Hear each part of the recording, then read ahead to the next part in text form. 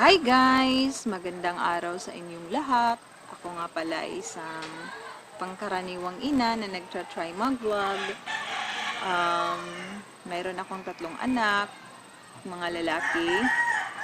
Yung isa ay grade 9, yung isa naman ay grade 8, at saka yung isa naman ay grade 2. Wala lang, naisip ko lang mag-vlog, pampalipas oras. Wala naman akong ginagawa kasi ngayon hindi ako nakapagtinda kasi nagkaroon ako ng sakit. At ngayon medyo okay na ako. Parang hindi na ako nahihilo. Wala naman akong ginagawa. Kaya naisipan kong mag-vlog. First time ko itong gawin. Hindi ko nga alam kung anong sasabihin ko dahil actually nahihiya talaga ako. Nahihiya ako sa camera. Hi camera. Parang naisip ko para akong baliw na nagsasalita mag-isa. Naisip ko lang na mag-vlog para pag-usapan kung ano ang mga usaping nanay ba, na tanging mga nanay lang yung mga nakakaintindi. At tayong mga ina lang ang nakaka-relate. Siya nga pala, kung sa ayaw naman manood sa video na ito, sa mga hindi na makaka-relate sa mga usaping nanay, skip nyo lang na lang po yung video na ito at saka maghanap na lang po kayo ng para po sa inyo.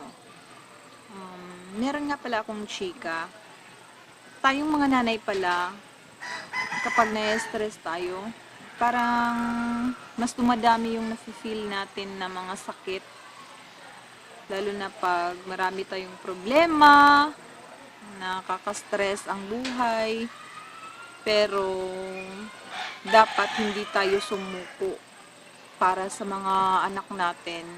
Laban lang tayo sa buhay kasi kawawa naman yung mga anak natin pag nanghina tayo. Kaya nga tayo nagpupursige sa buhay para sa mga anak natin, para makapag-aral sila, matugunan natin yung mga pangangailangan nila. Kaya laban lang tayong mga nanay sa buhay. Maghanap buhay tayo para sa kanila, para sa mga anak natin. Hayaan na lang natin yung mga stressor na nasa paligid natin, yung mga negative vibes na nandyan sa mga paligid natin. At sa susunod na video guys, mag-iisip pa ako ng mga pag-uusapan natin. Ngayon, ito lang muna, try lang muna. Thank you guys for watching my video. Until the next, bye!